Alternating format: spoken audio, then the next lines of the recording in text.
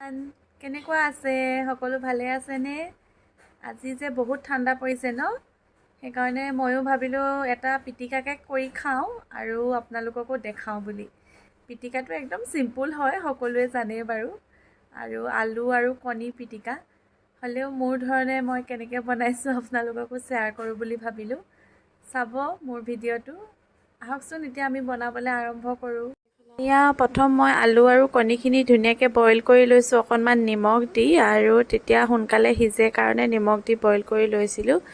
এতিয়া ধুনীয়াকৈ বইল কৰা হৈ গ'ল। এতিয়া আমি ধুনীয়াকৈ গুচাই ল'ম।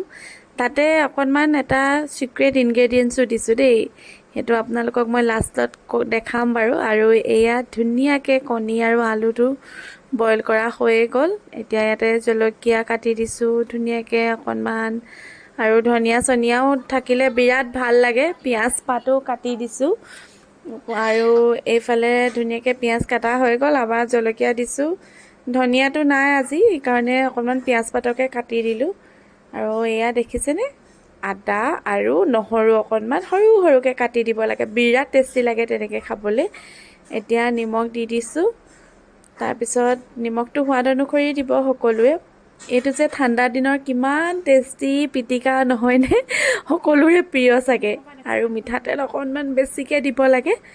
মই ইয়াতে আপোনালোকক দেখাইছিলোঁ যে প্ৰথম বইল কৰোঁতে বেলফৰি এটা, সেই জলফাইটো কিন্তু পিটিকি দিছোঁ দেই। অকণমান টেঙি টেঙি ভাৱ এটা আহে, ইমান যে ভাল লাগে খাবলৈ। আৰু ফাইনেলি হাতেৰে পিটিকাৰ নিচিনা নহয়নে, মই সেইকাৰণে সদায় হাতেৰে পিটিকা কৰোঁ। এয়া ফাইনেলি খাবলৈ হৈ গ'ল। আৰু এতিয়া আমি খাব লৈছোঁ। এটা কেঁচাকৈ বেলফৰি পুৰিও লৈছোঁ আৰু পিটিকাটো দি লৈছোঁ। আচাৰ আৰু দালি, এয়া আছিল আজি আমাৰ ৰাতিৰ আহাৰ। আজিলৈ আহোঁ।